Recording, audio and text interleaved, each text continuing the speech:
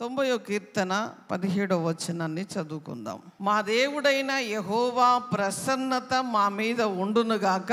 మా చేతి పనిని మాకు స్థిరపరచుము. మా చేతి పనిని స్థిరపరచుము. ఇక్కడ ఈ భక్తుడు ఏమని చేస్తున్నాడంటే, అయ్యా నీ యొక్క ప్రసన్నత మా మీద ఉండునుగాక. మంచిగా చదివారా? ఏముండాలట? యెహోవా నీ ప్రసన్నత మా మీద ఉండునుగాక, మా చేతి పనులన్నీ కూడా స్థిరపరచబడాలి. మా పనులన్నీ కూడా ఎప్పుడైతే ఆయన వెలుగు, ఆయన మహిమ మన మీదకి వస్తుందో అప్పుడు నువ్వు చేసే పనుల్లో విజయము వస్తుంది కదా, స్థిరపరచబడుతుంది. నువ్వు చేసే పని ప్రతిదీ కూడా స్థిరముగా ఉండాలండి కదా. ఈరోజు ఒక నెల ఒకటి చేసి, ఇంకొక నెల ఇంకొకటి చేసి కదా, ఒకరోజు ఇంకొకటి చేసి, ఒకరోజు అది స్థిరమైన పని కాదు కదా. స్థిరమైన పని లేకుండా ఈరోజు చేస్తాం, రేపటికి మరలా ఎవరు పిలుస్తారు, ఏ పనికి వెళ్ళాలి అని ఒక విచారణ ఉంటుంది.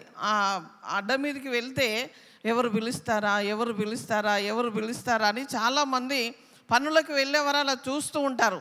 ఆ రోజు దొరకకపోతే వారి యొక్క ఛార్జీలు వేస్ట్, వారి యొక్క కష్టము వేస్ట్, మరలా ఆ విచారముతో ఇంటికి వెళ్ళవలసి వస్తుంది. కానీ ఇక్కడ భక్తుడు ఏమంటున్నాడంటే, మా చేతి పనులన్నిటినీ కూడా ఏం చేయాలి? అది చాలా ఆశీర్వాదం అండి. స్థిరముగా లేకపోతే చాలా కష్టము, స్థిరముగా లేకపోతే వేదన కలుగుతుంది. కానీ ఫస్ట్ ఏమంటున్నాడంటే, ప్రభువా నీ ప్రసన్నత రావాలి, నీ ప్రసన్నతతో మేము స్థిరపరచబడాలి, నీ ఆజ్ఞతో మేము స్థిరపరచబడాలి, నీ మాటలతో మేము స్థిరపరచబడాలి, నీ కృపతో మేము స్థిరపరచబడాలి. అప్పుడు నువ్వు చేసే ప్రతిదీ కూడా శాశ్వతముగా నీకుండునట్లుగా, నీ బ్రతుకు దినములన్నిటికి కూడా కృపాక్షేమములు నీ వెంట వచ్చినట్లుగా ప్రభు యొక్క మహిమ నిన్ను కమ్ముకోవాలి. చూద్దాం కీర్తనలు 27వ కీర్తన 4వ వచనాన్ని చదువుదాం. యెహోవా యొద్ద ఒక వరము అడిగి తిని దానిని నేను వెదుగుచున్నాను. యెహోవా ప్రసన్నతను చూచుటకును ఆయన ఆలయంలో ధ్యానించుటకును నా జీవితకాలం అంతయు నేను యెహోవా మందిరములో నివసింపగోరుచున్నాను. ఒక వరం అడుగుతున్నాడట. ఏం వరం అంటే, నీ మందిరములో నేను ధ్యానించాలి, నీ మందిరములో నేను ఉండాలి, నా జీవితకాలం అంతా కూడా ఉండాలి అని అడుగుతున్నాడు. వరం అడుగుతున్నాడు. వరం ఆయన యొక్క ప్రకాశము నా మీద ఉండాలి, ఆయన ఒక వెలుగు నా మీద ఉండాలి, ఆయన ప్రసన్నత నా మీద ఉండాలి. ఎందుకండి ఆయన ప్రసన్నత ఎందుకు? దావీదుకు తెలుసు, ఆయన ప్రసన్నత లేకుండే నేను గొర్రెలు కాసుకుంటూ అక్కడే ఉండేవాడిని.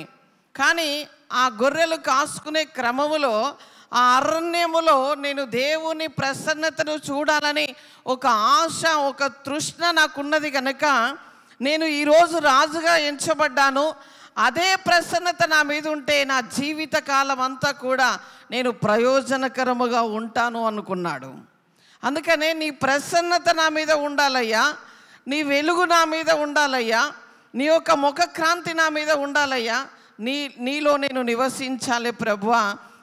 ఎందుకు అడుగుతున్నాడు ఒక వరము అంటే, ఎప్పుడూ నీ మందిరములో నేను ధ్యానించే వ్యక్తిగా ఉండాలి. ధ్యానిస్తున్నారా? మనం బిజీ అని చెప్తాము, కానీ దేవుని బిడ్డలారా ఒక్క గంట సమయం ఉన్నప్పుడు ఏం చేస్తామంటే, ఫోన్ ఆన్ చేస్తే గంటలు మాట్లాడుతూ ఉంటాం కదా.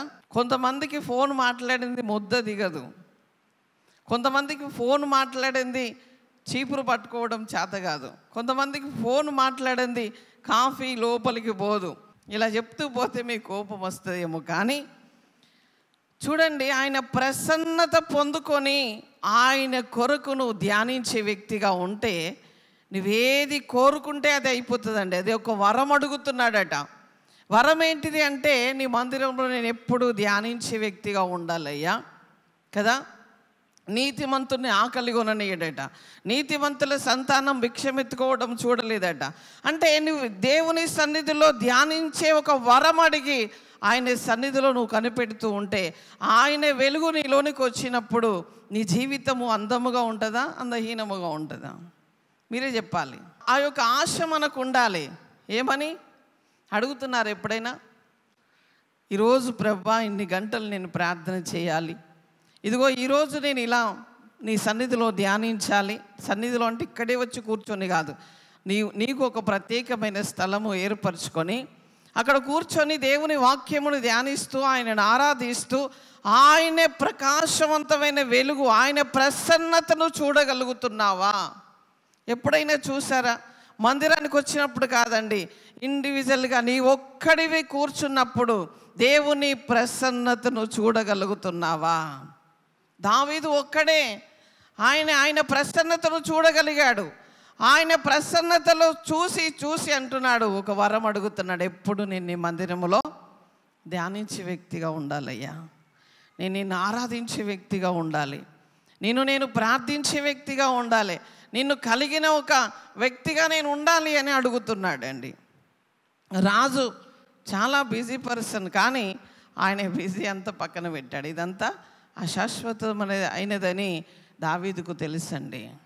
దావీదుకు తెలుసు, ఈ సింహాసనము అశాశ్వతమే, నా శరీరము అశాశ్వతమే, నా బిడ్డలు అశాశ్వతమే, నాకు కలిగిన సమస్తము భూమి మీద అశాశ్వతము, కానీ శాశ్వతమైనది ఒకటి ఉన్నది, అందులో నేను స్థిరముగా ఉండాలి అనే ఒక ఆశ తనకున్నదండి.